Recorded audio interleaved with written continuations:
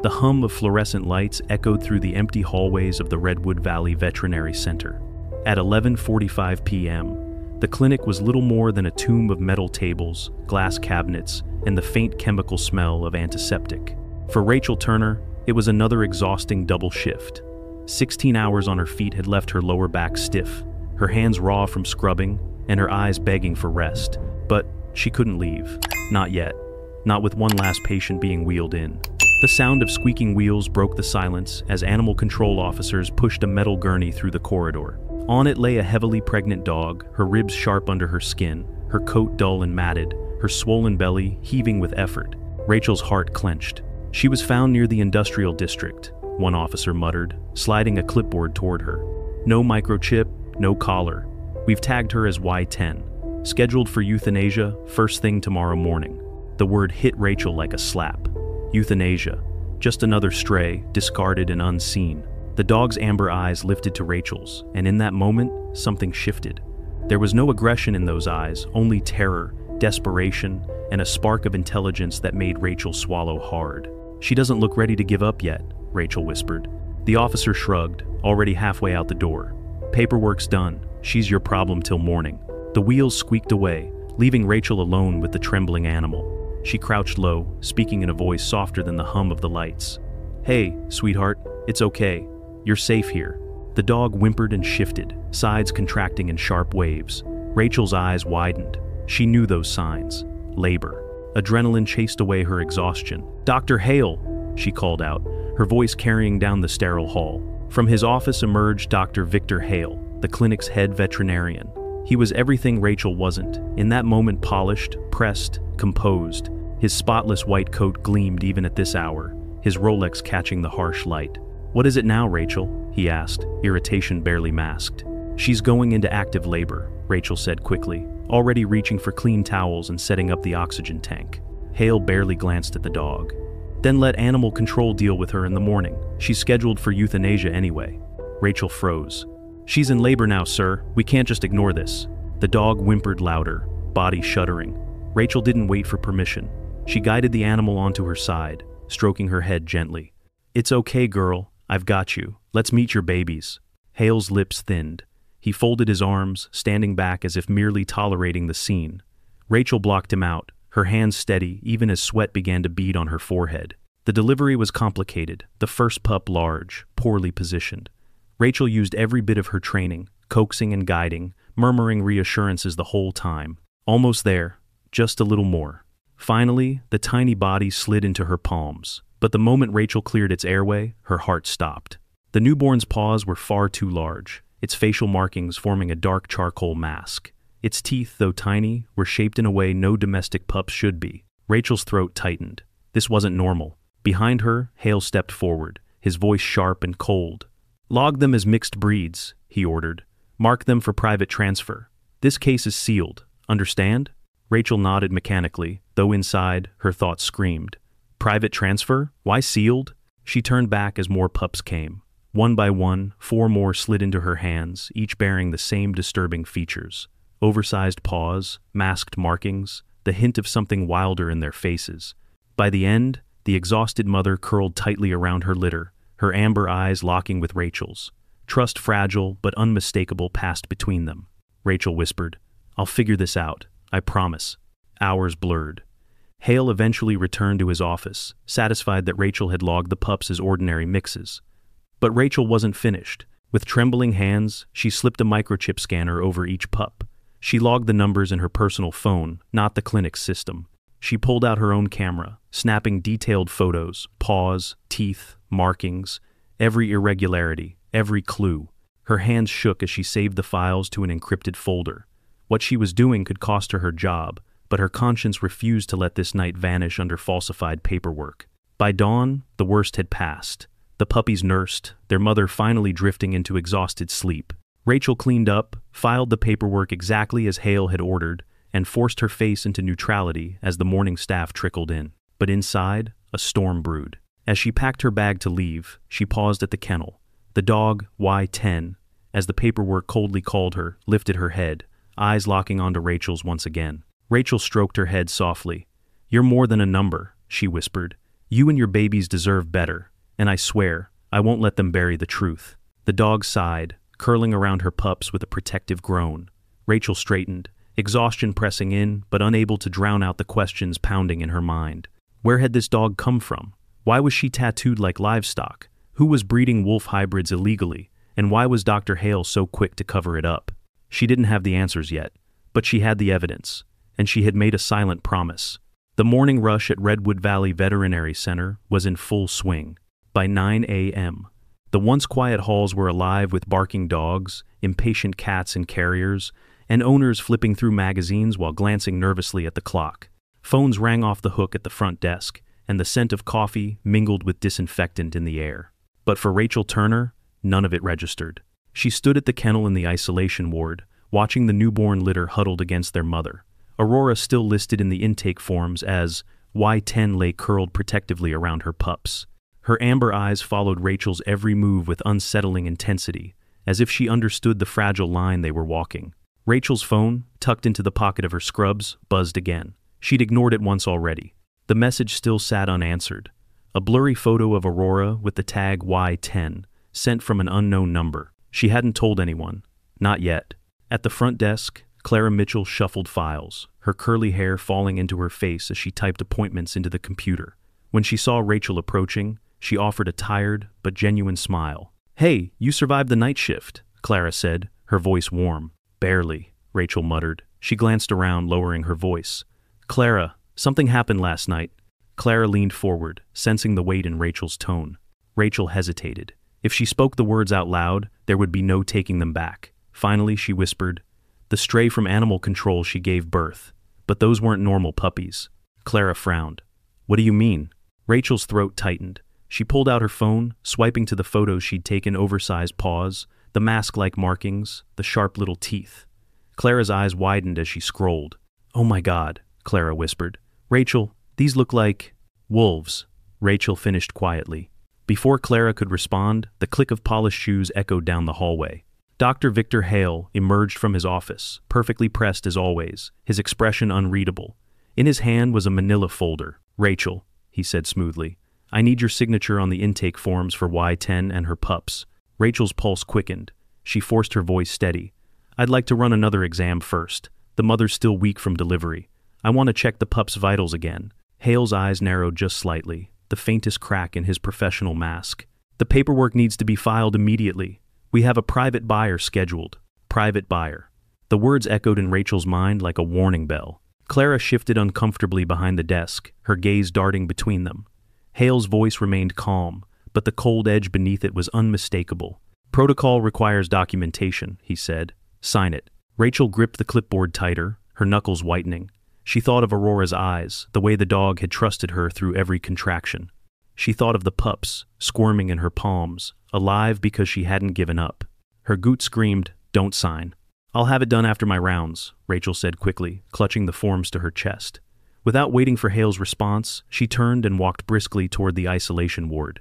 Behind her, she could feel his gaze drilling into her back. Inside the ward, Rachel moved fast. She checked the heating pads, adjusted the blankets, and scanned each pup with the microchip reader, confirming the numbers she'd already stored on her phone. Clara slipped in a few minutes later, her face pale. "Rach, what's going on? Why would Dr. Hale push this so hard? Private buyer?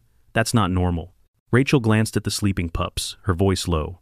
"I think there's something bigger here, and if Hale's involved—" She shook her head. "We need to be careful." Clara bit her lip. "So what do we do?" Rachel's hands trembled as she set the scanner down. "We make sure there's a record that can't disappear." During her lunch break, Rachel retreated to the small staff lounge. She plugged her phone into her laptop, transferring every photo, every microchip number, every note she'd scribbled through the night. She encrypted the files, saving them to a secure drive she kept hidden in her locker. But it didn't feel like enough. Her thoughts spun as she sipped lukewarm coffee. These weren't just oddities, they were evidence. Evidence of something illegal, something dangerous. And if Hale was covering it up, he wasn't working alone. Rachel opened an incognito browser window, fingers hovering over the keyboard. Finally, she typed, "Arizona Game and Fish Department. Report suspicious wildlife activity." Her message was short, professional, and anonymous. Possible irregularities at Redwood Valley Veterinary Center involving suspected wolf-dog hybrids. Request welfare check. Her stomach flipped as she hit send. Within seconds, it was gone. The afternoon dragged on, routine appointments filling every slot. Vaccinations, ear infections, nail trims, ordinary pets with ordinary problems. Rachel moved through them on autopilot, her mind never far from the isolation ward. Near closing time, she overheard Clara on the phone at the front desk. "Yes, tomorrow morning," Clara said, her voice uncertain. "Pick up for the litter." Dr. Hale said, "Everything's arranged." Rachel's chest tightened. Tomorrow morning. They were running out of time. She caught Clara's eye as she hung up the phone. Clara's face was pale. "Rach, they're coming for them. What do we do?" Rachel swallowed hard. "We buy time. Tonight, I'll move them." That evening, long after the clinic had emptied, Rachel slipped into the isolation ward. Aurora lifted her head, amber eyes glowing in the dim light. The pups stirred against her belly. Rachel knelt beside them, stroking Aurora's head. "I'm going to keep you safe. I don't know how yet, but I promise." She carefully transferred the mother and her litter into a larger crate she'd lined with blankets. She tucked them into a corner, partially hidden behind oxygen canisters and surgical storage bins. If anyone came looking, it would take more than a glance to spot them. Aurora whined softly, nuzzling Rachel's hand. "Shh," Rachel whispered. "You're safe with me." The next morning dawned cool and gray over Redwood Valley, clouds hanging low in the Arizona sky. Rachel Turner had hardly slept. Every creak of her old farmhouse, every gust of wind outside the window had set her nerves on edge. That text, "They're not yours to save," still glowed in her mind like a threat she couldn't erase. She drove back to the clinic with her stomach in knots, half expecting to find the doors pried open or the kennel emptied. Instead, the morning routine buzzed on as usual. Clara greeted her with a weary smile at the front desk, shuffling through patient files. "Long night?"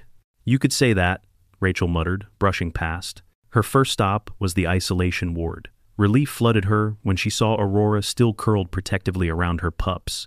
Their tiny bodies rose and fell in a rhythm of contentment, unaware of the storm building outside these walls. But Rachel's relief didn't last long. At 9:15 sharp, the glass doors at the clinic entrance swung open, and a tall figure stepped inside. He wasn't a client. His uniform immediately caught Rachel's attention. Officer Daniel Hawthorne, Arizona Game, Fish Department. His posture was all business, boots clicking against the tile floor as he approached the front desk.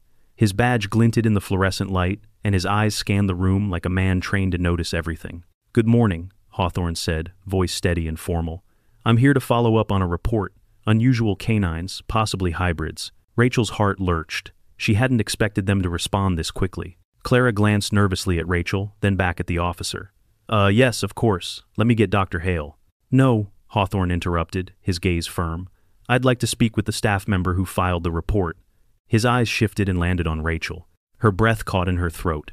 In the isolation ward, Rachel swiped her keycard and held the door open. Hawthorne entered behind her, his hand resting near his belt, not on his weapon, but close enough to remind her of the authority he carried. Aurora stiffened at the sight of him, a low whine rising in her throat, protective of her pups. "It's all right, girl," Rachel whispered, kneeling to stroke her muzzle. "He's here to help." Hawthorne crouched slowly, his movements measured, and pulled a slim penlight from his breast pocket. "May I?" Rachel nodded. He angled the light toward Aurora's ear, parting the fur gently. The tattoo glowed under the beam, Y10, crude and unmistakable. Hawthorne's expression darkened. "I've seen this before. It's not a kennel tag, it's a lot number." Rachel frowned. "Lot number?" "From Barton Sloane's game preserve," Hawthorne said grimly. "We've suspected he's running an illegal breeding program for years, wolf-dog hybrids, guard animals sold through back channels. But he's got powerful friends. Every time we get close, the trail goes cold." Rachel's pulse hammered. "Then these pups, they're part of it?" He nodded. "And if Sloane marked this female, he'll want her back. Badly." The door clicked open suddenly. Dr. Victor Hale entered, his polished shoes silent against the linoleum. His eyes flicked from Rachel to Hawthorne to Aurora in one quick sweep. "Officer," Hale said smoothly, his voice wrapped in false cordiality. "Had I known Game and Fish was visiting today, I would have prepared files." "This isn't a courtesy call," Hawthorne said, standing tall. "These animals are under hold until their status is verified. No transfers, no private buyers." A flicker of irritation crossed Hale's face, though his smile never wavered. "You're overstepping, officer. These are domestic animals, mixed breeds. The paperwork is complete." "Paperwork," Hawthorne replied coolly, "doesn't override federal law." The air between them crackled with unspoken hostility. Rachel stood frozen, watching two men with power circle each other like predators. Finally, Hale's smile tightened. Of course, we'll comply. For now. Later, in the break room, Hawthorne slid a business card across the table toward Rachel. My direct number, he said quietly. If anything changes anything, you call me first. Don't log it in the clinic system. Don't tell Hale. Understood? Rachel picked up the card, her fingers trembling slightly. Understood. He leaned closer, his voice dropping to a near whisper. I don't know how deep this runs, but people have gotten hurt for less. If you're going to help me, you need to be sure. Rachel thought of Aurora's amber eyes, the way the dog had trusted her with everything. Her answer came without hesitation. I'm sure. By the time the afternoon rolled around, the tension in the clinic was suffocating. Hale shut himself in his office, phone pressed to his ear, his tone sharp and clipped. Rachel couldn't make out the words, but she knew exactly who he was talking to. Clara caught her in the hallway. What did he say to you this morning? You look pale. Rachel hesitated, then whispered, Clara, this isn't just about one dog. It's a whole operation. Sloane's preserve, Hale's paperwork, it's all connected. We can't trust him. Clara's eyes widened. Rach, that's dangerous. If he finds out you're talking... I know, Rachel cut in. But if we don't act, those pups are as good as dead. Resolution, transition. That evening, Rachel lingered after closing again, the hum of the clinic settling into silence. She checked on Aurora and her litter one last time, her hand resting gently on the mother dog's head. You're not just numbers, she whispered. Not anymore. Her phone buzzed in her pocket. She expected a message from Clara, but it wasn't. Unknown number. Nice move with the officer, but you can't hide them forever. Rachel's blood ran cold. She spun toward the window. Across the darkened parking lot, beneath the flickering streetlight, a black pickup idled. Its headlights flared once, then cut out. The engine revved, and the truck rolled slowly into the night. By late afternoon, the Redwood Valley Veterinary Center had the brittle hush of a place pretending to be calm. The phones had stopped ringing, the last client had waved a distracted goodbye, and the lobby TV scrolled a closed-caption news loop no one was watching. Outside, a cool wind came down from the hills, carrying the sharp scent of pine and a hint of rain. It made the clinic's glass front feel like a thin boundary against something larger and more dangerous pushing in. Rachel Turner walked the hallway with a clipboard she didn't need, pausing at the isolation ward. Inside, Aurora, still Y10 on paper, dozed with her newborns tucked tight against her belly. Rachel's hand lingered on the glass. She thought about the two texts from the unknown number. She thought about the black pickup idling under the streetlight and the way its headlights flashed once like a promise. Rach, Clara Mitchell whispered, appearing at her shoulder. I think today is the day. Rachel turned. What did you find? Clara swallowed, eyes flicking down the corridor toward Dr. Victor Hale's office. You were right. Some of his files are marked private, and he's the only one with access. But the system caches document thumbnails. I recognize the file names Canyon Creek Transfer Log, Hybrid Dosage Schedule, and this. She held up her phone. The faint image showed a scanned page with a bold header, Canyon Creek Preserve Breeding Matrix. In the corner, a signature block, V. Hale, DVM. Heat rose up Rachel's chest. You can pull the originals? I can try, Clara said. But once I open his vault, the system will ping him. She took a breath, steadied her hands. We won't get many shots at this. Rachel's voice softened. You don't have to do this. Clara gave a crooked smile.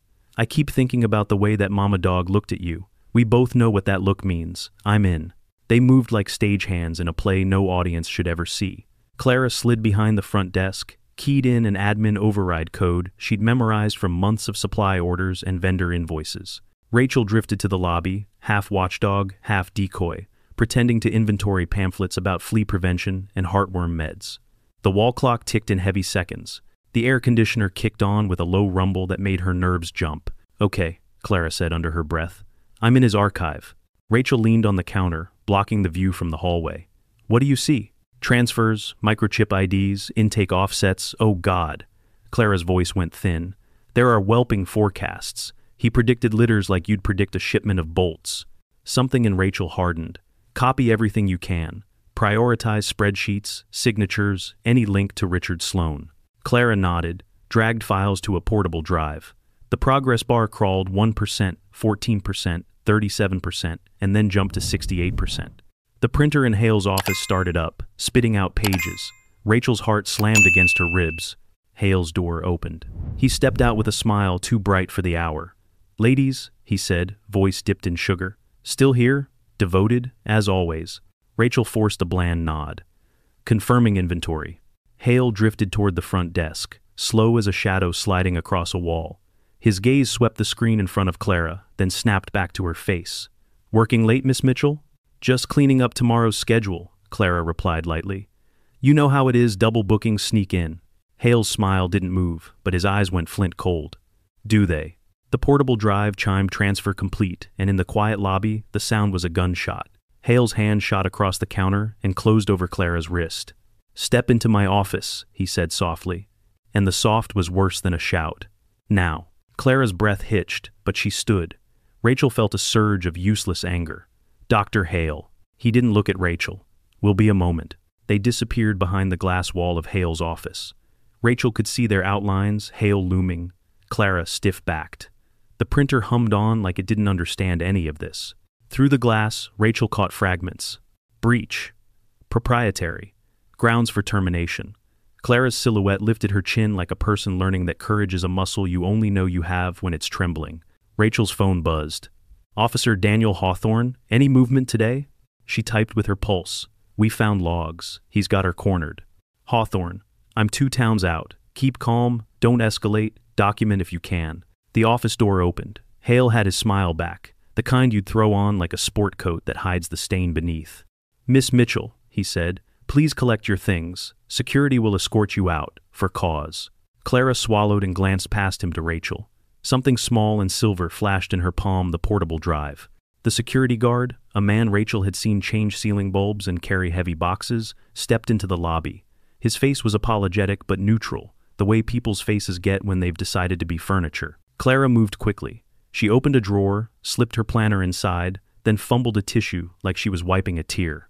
Her hand brushed Rachel's and something warm pressed into Rachel's palm, the drive, still a little hot from the transfer. "Don't let them win," Clara whispered, so quiet it could have been a thought. "Miss Mitchell," Hale said, that porcelain tone in place, "your badge." Clara set her badge on the counter with a tiny clack. Her eyes shone, but her shoulders were square. She walked toward the door with the security guard at her side, the two of them reflected in the glass like ghosts leaving a stage. Hale turned to Rachel. "Inventory," he said, still smiling. "Finish it, then go home. Get some sleep. Tomorrow's going to be busy." He went back into his office. Rachel stood very still, the drive digging into her palm. Busy. The word rang like a fire bell. She climbed into the isolation ward, sank to a knee beside Aurora. The mother dog raised her head, pressed her muzzle to Rachel's wrist, then lowered it again to the pups. The room hummed with the sound of tiny breaths, a metronome ticking out a truth bigger than paperwork. Rachel slid the drive into her scrub pocket and looked at the ceiling tiles until they stopped swimming. The sky went lavender at the edges by the time Rachel stepped outside. The parking lot was mostly empty, just her old hatchback under a crooked lamppost and a couple of staff cars. A breeze moved the flag on the short pole out front. The fabric snapped twice and settled. The air smelled like rain that hadn't made up its mind. Her phone buzzed again. Unknown number. Pickup moved up. Tonight. 9 p.m. Back door. Don't be in the way. Rachel's fingers tightened around the phone. She checked the time, 7:42 p.m. Every path forked at once. Call 911 and risk the pickup vanishing. Stall and risk the pups disappearing. Go it alone and risk getting crushed. The clinic's side door creaked. Clara slipped out from the alley's dim, hair slightly frizzed from nerves and the weather. "Security walked me to the sidewalk," she said, breathless. "Then he got a call and went back inside. I circled." Rachel pulled her into a hug without thinking. "You okay?" "Ask me tomorrow," Clara said, trying to smile. "Did you get it?" Rachel patted her pocket. "Every file it would take my career to explain." "Then we need to make it matter," Clara said. "Hawthorne?" 2 towns out. Clara glanced toward the back lot. "We can stall them. Oxygen-dependent order. Infection hold. Anything that sounds expensive and scary." "You're not staff anymore," Rachel said gently. Clara's eyes flashed. "I know the scripts by heart, Rach." They moved quickly. Rachel re-tagged the isolation kennel with a red treatment card. O2 dependent divided by monitor Q15 and pulled a portable oxygen tank close, mask draped intentionally across the crate like a visual exclamation mark. She printed 2 fresh labels noting temp instability and slapped them on the chart. Meanwhile, Clara unlocked the rear loading bay, then locked it again from the inside. wedging the lower track with a rubber doorstop and a folded bath towel. It would open, but not smoothly, not fast. At 8:56 p.m., Rachel killed the overheads near isolation, leaving only a low nightlight glow. The building settled into the kind of quiet that makes your bones ring. A soft engine grumbled into the back lot. Clara's breath stuttered. That them? Rachel peeked through the slat of the back hall window. A plain white panel van idled by the loading bay. No company logo. 2 men up front. The passenger stared straight at the door, still as a hawk over a fence post. Rachel's phone vibrated. Hawthorne, 2 minutes out. Do not engage. The loading bay handle rattled, then harder. A torque tool whined. The panel door shuddered, then rolled up against the improvised wedge with a brittle scrape. Evening, Clara called, voice too bright. She'd moved to the reception doorway, posture casual, a clipboard hugged to her chest. You're early. We've got a medical hold on the litter. Temp instability, oxygen support, can't release. The passenger stepped into the corridor of shadow at the threshold. He wore a ball cap pulled low, a short beard that didn't look accidental, and a jacket too heavy for the weather. He didn't bother to smile. We'll sign a waiver, he said. His voice had the flat confidence of someone used to getting to the end of every sentence. Bring them out. Afraid that's not how it works, Clara said. Our liability. He moved faster than a polite man would. In 3 strides he was at the inner door, hand on the crash bar. The doorstop held. He looked down, then up. The slight nod he gave professional, irritated made Rachel's stomach drop. Not amateurs. Rachel stepped into the corridor with the smallness of a person pretending to be smaller than she is. I'm the tech, she said, careful, neutral. They're not stable. If you transport now, they might not make it. Their survival isn't your concern, the man said. He pushed on the bar again, testing. The rubber held, but the bath towel shifted a 1/4 inch. From the van, the driver called, Clock's ticking. Clara lifted the clipboard like a shield. Policy says. The man's gaze snapped to Rachel. Keys! Rachel didn't move. The corridor acquired a new sound, the low rumble of an approaching engine, steady and purposeful. It came in under the door's rattle, through the hum of the soda machine, through the thud of Rachel's heart. She didn't dare smile. The man heard it too. He turned his head, calculating. A long second passed. Then he leaned in close enough that Rachel caught the scent of aftershave cut with motor oil.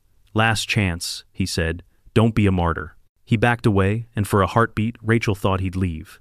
Instead, he slipped something from his jacket, a thin folding pry bar, and slid it between the door and the frame. The rubber wedge squealed. Metal protested. Rach, Clara whispered, a thread of sound. Rachel's phone lit in her pocket. Hawthorne, I'm here. Headlights washed across the interior like daylight thrown from a bucket. Red and blue strobes flashed, painting the hallway in alternating certainty. The man snapped the pry bar free and turned for the van. Go! He shouted, and the driver stomped the gas. Tires squealed. The van lunged, fishtailed, corrected. Hawthorne! Rachel yelled, already sprinting for isolation. She skidded to her knees beside Aurora's crate, bracing the heavy door with her shoulder as the mother dog surged to her feet. Hackles rising, a low warning growl rumbling in her chest. The pup stirred, soft squeaks like matches struck in a cave. In the parking lot, doors slammed, boots pounded. A voice with a command tone cut the night. State wildlife, hands where I can see them. Another engine roared alive the low, mean growl of a black pickup. Its lights flicked on like a dare. For a half second, it hovered at the edge of the lot, then peeled out, swinging wide toward the alley that spilled back onto the main road. Hawthorne! Clara called. There's another. I see it, he shouted back. Rachel's phone buzzed again, unknown. You should have stayed out of this. She looked down the dim hallway toward the back door, where the night strobed red and blue and white, and every color promised both rescue and repercussion. The rain fell in a fine mist, just enough to bead on the windshield and blur the world into streaks of gray. Inside the Game and Fish substation, Rachel Turner sat at the steel desk, staring at the monitor that displayed row after row of files pulled from Hale's drive.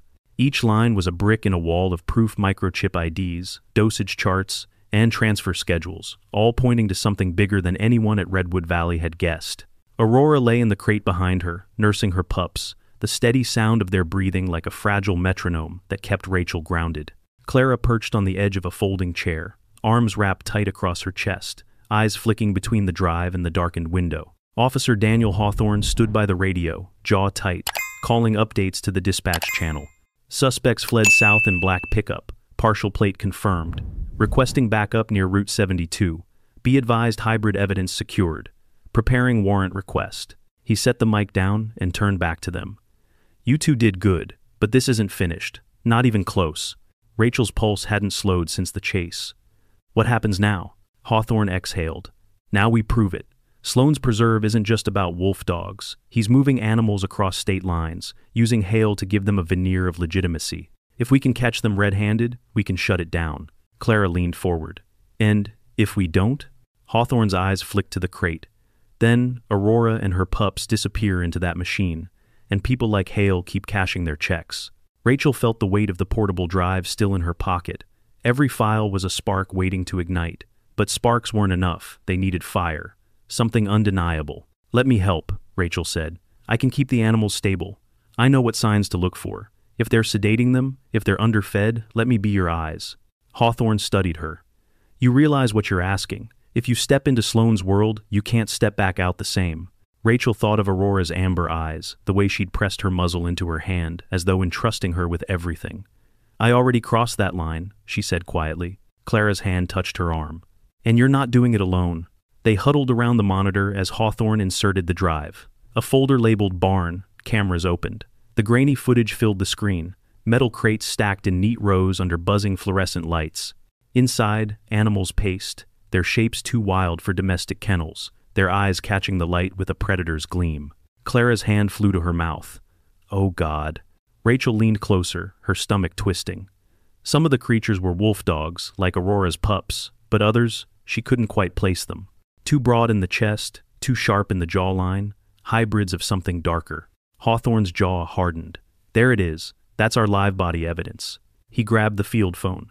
Judge Martinez, this is Officer Hawthorne.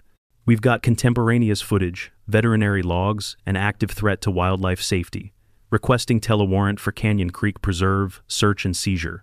Immediate execution. A pause, then the faint, tinny voice of the judge. Hawthorne's shoulders eased slightly. Understood, Your Honor. We'll move before midnight. He hung up, looking at the women. We've got one chance. They'll move or burn the evidence before dawn. We roll out in 30. Rachel checked on Aurora again. The pups squirmed, nursing noisily, unaware of the storm around them. She whispered, You're safe. I'll keep it that way. But even as she spoke, her phone buzzed. Another unknown number. Her stomach dropped as she read the text aloud. Barn doors open at 12:30. Don't be late. Clara's face drained of color. They know we're watching. Or they want us to, Hawthorne muttered. He paced, tension in every line of his frame. Either way, we go in. We document. We seize. No mistakes.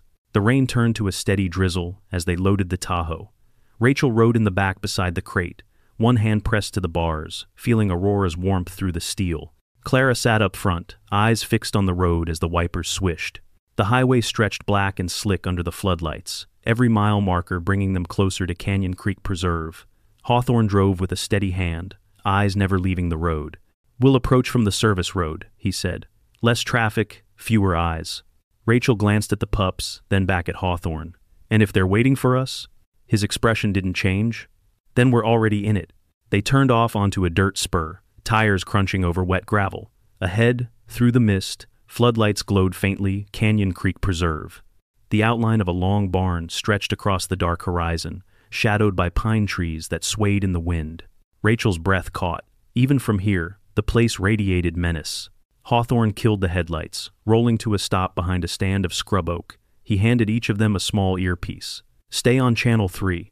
If I say move, you move. If I say drop, you drop. He adjusted the GoPro clip to Rachel's scrub top. This record's live to the judge's secure feed. Don't touch it. Don't look at it. Just keep doing your job. Rachel nodded, throat dry. Clara squeezed her hand. We've got this. The barn loomed larger as they approached on foot. The rain pattered against tin roofing, mixing with the low hum of generators. Rachel's shoes sank into the mud with each step, the smell of damp earth and animal musk growing stronger. Hawthorne raised a hand, signaling stop. He crouched, peering around the corner of a feed shed. 2 guards, south door. Rachel followed his gaze. 2 men in heavy jackets stood smoking under the overhang, rifles slung across their shoulders. One laughed, the sound sharp against the night, before flicking his cigarette into the mud. Clara's whisper trembled. How do we get past them? Hawthorne's jaw tightened. We don't. We draw them away. Before Rachel could ask how, Headlights flared in the distance, another vehicle rolling toward the barn. The guards straightened, voices clipped. One raised his radio. "Now," Hawthorne hissed. "Move." They darted toward the north side, boots silent in the mud. Rachel's heart hammered, every shadow alive with threat. The barn door was unlatched here, just a padlock left hanging open. Hawthorne pushed it aside and eased the door wide enough for them to slip inside.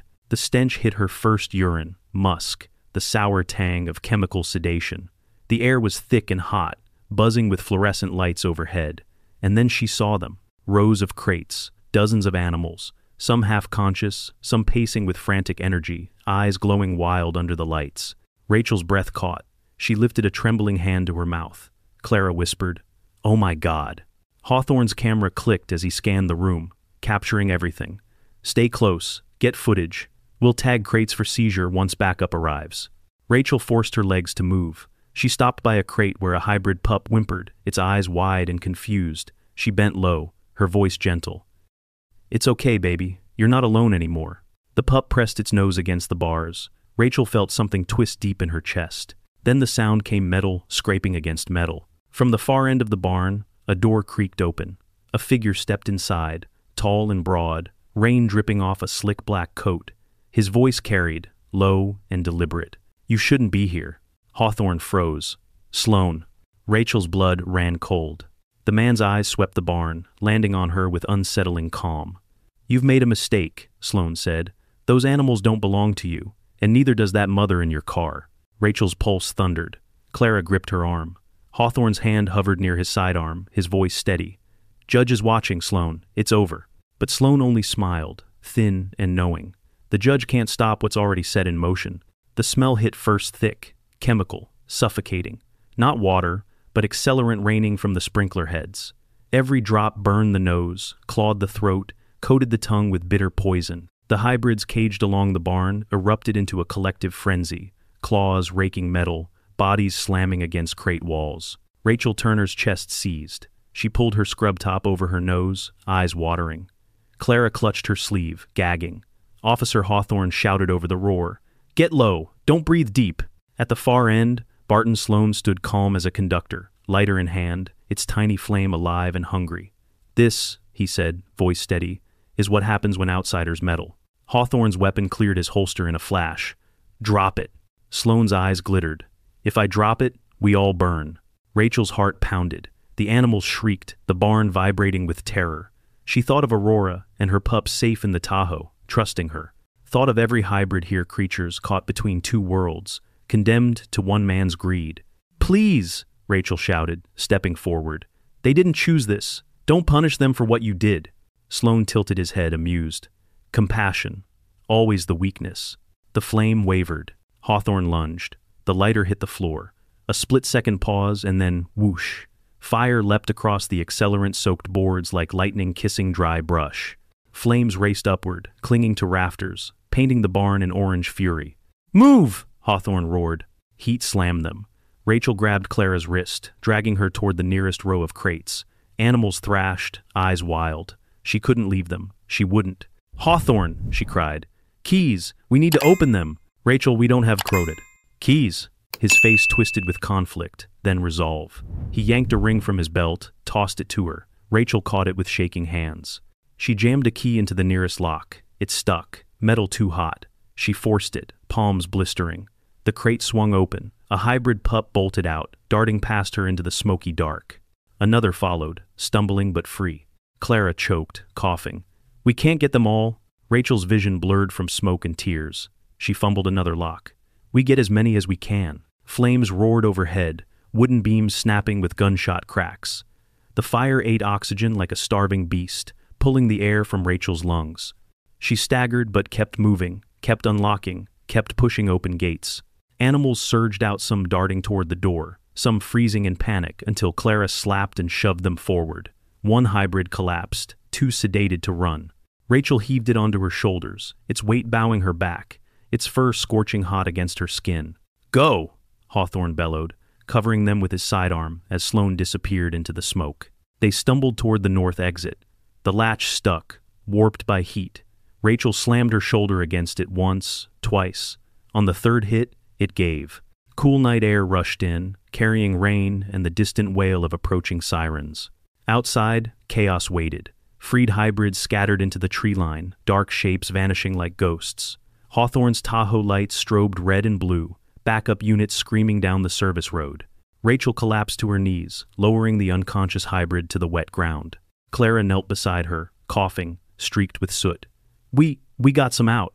Rachel's hands shook. She looked back at the barn. Flames punched through the roof, sending sparks into the rain. Inside, cages still rattled. Too many left. Her chest cracked with guilt. "We did what we could," Clara rasped, gripping her arm. "We saved who we could." Hawthorne strode over, face blackened with soot, jaw tight. "EMS is inbound. Wildlife units too. We'll corral what made it out." His voice dropped. "But Sloane's gone. Slipped the south side in the smoke." Rachel's stomach sank. "You're saying he planned this? All of it?" Hawthorne nodded grimly. "Torch the evidence, scatter the animals, vanish into the storm. He'll paint us as arsonists before dawn if we don't lock this down." Rachel's throat tightened. "Then we don't wait for dawn. We hunt him now." The night thickened with sirens and rain. Fire crews fought the barn, hoses snaking like lifelines into the blaze.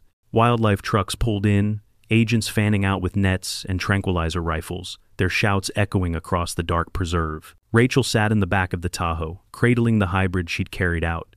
Its shallow breaths warmed her arms, its eyes fluttering half open with pain.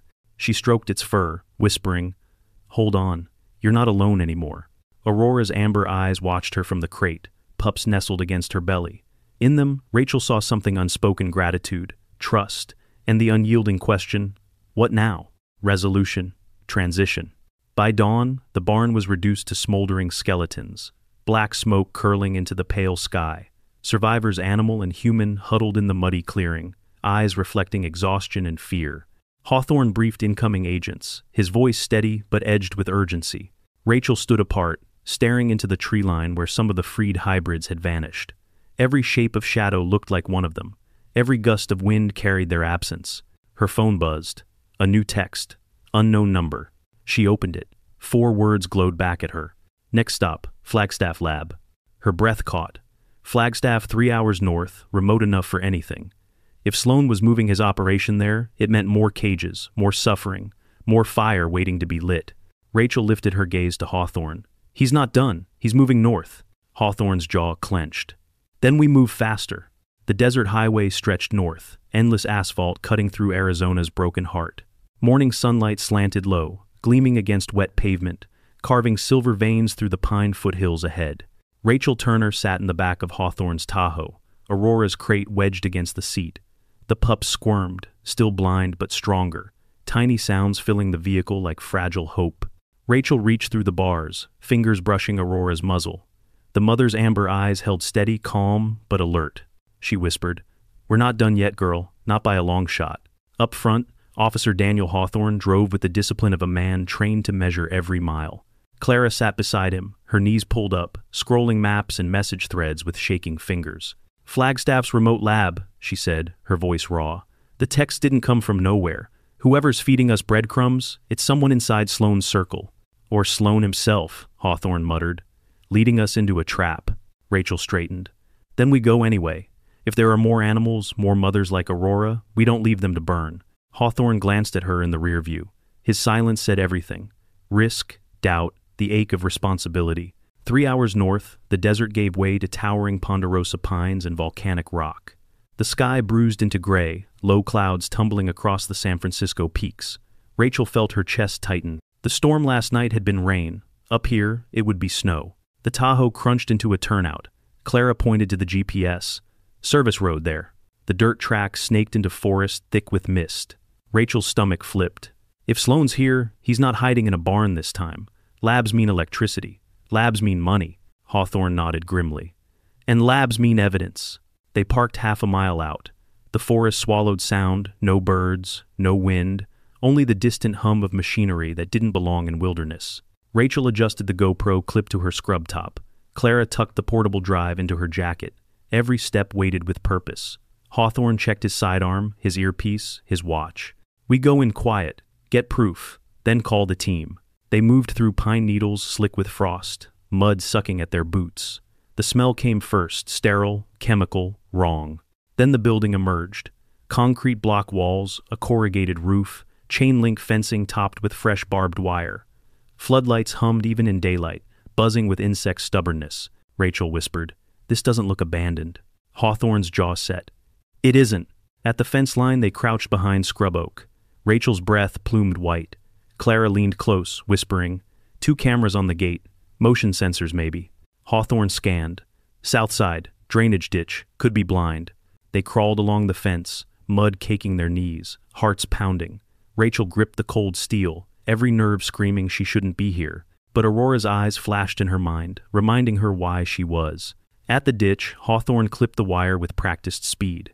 The metal pinged faintly. They slipped inside, sliding down the muddy trench, climbing up into shadow. The back of the lab was quieter, shielded by stacked pallets and fuel drums. Rachel pressed against the wall, listening. Through a vent, faint sounds drifted, whines, muffled barks. Her chest squeezed. "They're in there," she whispered. Hawthorne eased a side door. Unlocked. Too easy. He frowned, then pushed it open. The air inside slapped them, a wave of bleach, ammonia, and something coppery beneath. Fluorescence buzzed overhead. White-tiled corridors stretched sterile and endless, lined with locked doors. Rachel's shoes squeaked faintly on the floor, every sound magnified. They passed a windowed room, cages stacked 3 high. Animals pacing, sedated, watching. Rachel's throat burned. She lifted her camera, recording. "We've got them," she whispered, voice breaking. Clara touched the glass. "How many more?" Hawthorne motioned forward. "Main lab. Evidence is deeper." At the heart of the building, they found it. A chamber lined with stainless steel tables, monitors flickering with genetic charts. Freezers hummed. And along one wall, crates not of animals, but files, rows of binders, labeled with codes, dates, shipments. Clara's voice cracked. "Oh my God, this is everything." Hawthorne flipped open a binder. Inside, veterinary forms signed by V. Hale, DVM, attached to transport manifests stamped with Sloan's seal. Each one linked to specific hybrids, tagged by lot numbers. Rachel's hands shook as she filmed. This ties them both. Hale, Sloan, everything.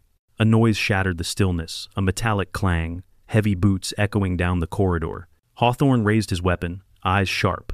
"We've got company. Move!" Rachel scooped files, shoving them into Clara's arms. They ducked behind a lab bench as shadows stretched long across the doorway. 2 men entered, rifles slung. Their voices were low but urgent. "Hale wants the drive scrubbed before Sloan comes back." Rachel's blood froze. "Hale, he wasn't just covering paperwork. He's here." The men moved toward the file wall. One pulled a jerry can from his pack. Gasoline sloshed. Clara mouthed, "They'll torch it." Rachel's heart thundered. They couldn't stay hidden. They had to act. Hawthorne stepped out, weapon trained. "Drop it." The men froze. One lifted his hand slowly. The other faster swung his rifle up. Hawthorne fired. The crack split the sterile air. The man crumpled, weapon clattering. The second dropped to his knees, hands high. Rachel's ears rang. The smell of gunpowder mixed with bleach. "Clara, restrain him!" Hawthorne barked. She grabbed zip ties from his belt, hands trembling but sure. They bound the man to a table leg, gagged him with his own scarf. Hawthorne's voice was steel. "We move! Sloan's coming!" They sprinted down the corridor, arms full of files, the camera still rolling. Rachel's lungs burned, every step echoing. Behind them, a distant alarm began to wail, high-pitched, shrill, alive. "Trip sensor," Hawthorne growled. "They know we're inside." At the side door, Rachel shoved it open. Cold air hit like salvation. The forest stretched wide, shadows deepening as clouds split, and the first flakes of snow began to fall. They ran for the fence. Clara tossed files over, scrambled after them. Rachel heaved Aurora's crate through, gritting teeth as the metal sliced her palms. Hawthorne covered the rear, weapon raised, eyes darting. The alarm wailed louder, joined by shouts. Engines roared alive. They made it to the Tahoe, tires spitting mud as Hawthorne gunned the engine. Snow streaked the windshield, the forest whipping past. Rachel clutched Aurora's crate, heart racing. Clara's voice shook. "We got proof. We got it all." Rachel nodded, breathless. "Now we bring it out before they bury it." Snow hammered the Tahoe's windshield, each flake a shard of ice that blurred the road into streaks of gray. The headlights in the rearview mirror grew brighter, slicing through the storm like hunting knives. Rachel gripped Aurora's crate so tightly her knuckles ached. The mother dog pressed her nose through the bars, calm despite the chaos. The pups whimpered, tiny bodies shifting in the blankets. Hawthorne's jaw clenched as he pushed the accelerator. 2 miles. If we hit the Flagstaff city limits, backup will meet us. But what if we don't? Clara's voice cracked. Her hands still clutched the binders, the living proof of Sloane's crimes. Rachel leaned forward, her voice steady despite her fear. Then we make it. Because if we don't, these files, these animals, die in the dark. The road forked, one lane leading toward the faint glow of Flagstaff, the other veering into the black teeth of the mountains. The Tahoe skidded as snow thickened, tires fighting for grip. Rachel's phone buzzed again. The unknown number. One sentence lit up the cracked screen. Turn left, trust me. Hawthorne barked a laugh, harsh and humorless. They're hurting us. Rachel stared at the text, her gut twisting. Or, warning us. Clara's eyes burned with tears. How do you know the difference? Rachel looked at Aurora. The dog's amber eyes gleamed like firelight in the storm. I don't. Hawthorne made the call. He jerked the wheel left. The Tahoe roared up the mountain road, snow swallowing the world. Behind them, the black SUVs hesitated, then split two chasing uphill, one barreling toward Flagstaff. Rachel's heart thudded. If this is a trap, it's the end. The climb steepened, trees blurred past. The storm screamed like a living thing. Clara gasped, pointing ahead. Look! Through the curtain of snow, floodlights pierced the night. A ranger substation, its flag whipping in the wind. Hawthorne's grip tightened on the wheel. Hold on. The Tahoe fishtailed, slammed through the icy lot, and screeched to a halt beneath the American flag. Armed rangers burst out, rifles raised, spotlights blinding. Hands where we can see them. Hawthorne shoved his badge against the glass, shouting over the storm. Wildlife Service! Illegal hybrids! We've got evidence! The rangers didn't hesitate. They surrounded the Tahoe, weapons trained not on Rachel's group, but on the SUVs grinding up the road behind. Engines roared. The black vehicles swerved, tried to retreat, but too late. Rangers' trucks cut them off, lights flashing red and blue against the snow. Rachel's chest cracked with relief as she clutched Aurora's crate. We made it, she whispered. At its core, this story reminds us that real change begins with a single act of courage. It is not just about a stray dog rescued from neglect, but about how one person's refusal to stay silent became a spark for justice. Rachel Turner, by standing firm in her integrity, proves that ordinary people can challenge powerful systems when they choose compassion over convenience. In a society where it is often easier to look away, her decision to protect Aurora and her pups teaches us that doing what is right may be costly, but it is never meaningless. The value of this story lies in its reflection of life's greater truths. It shows us that, even in a broken world filled with greed and corruption, love and loyalty can prevail. Aurora's trust in Rachel symbolizes the resilience of the vulnerable when they are finally seen and defended. The journey from secrecy and danger to sanctuary and freedom echoes the universal hope that healing is always possible, not just for animals, but for people who have been overlooked, abandoned, or silenced. For those between 30 and 55, often navigating careers, families, and moral choices, the message cuts deeply. Our daily actions matter. The courage to say no to injustice, the strength to protect the defenseless, and the willingness to risk for truth, these are not abstract ideals but living responsibilities. Ultimately, the story brings us back to what makes life meaningful.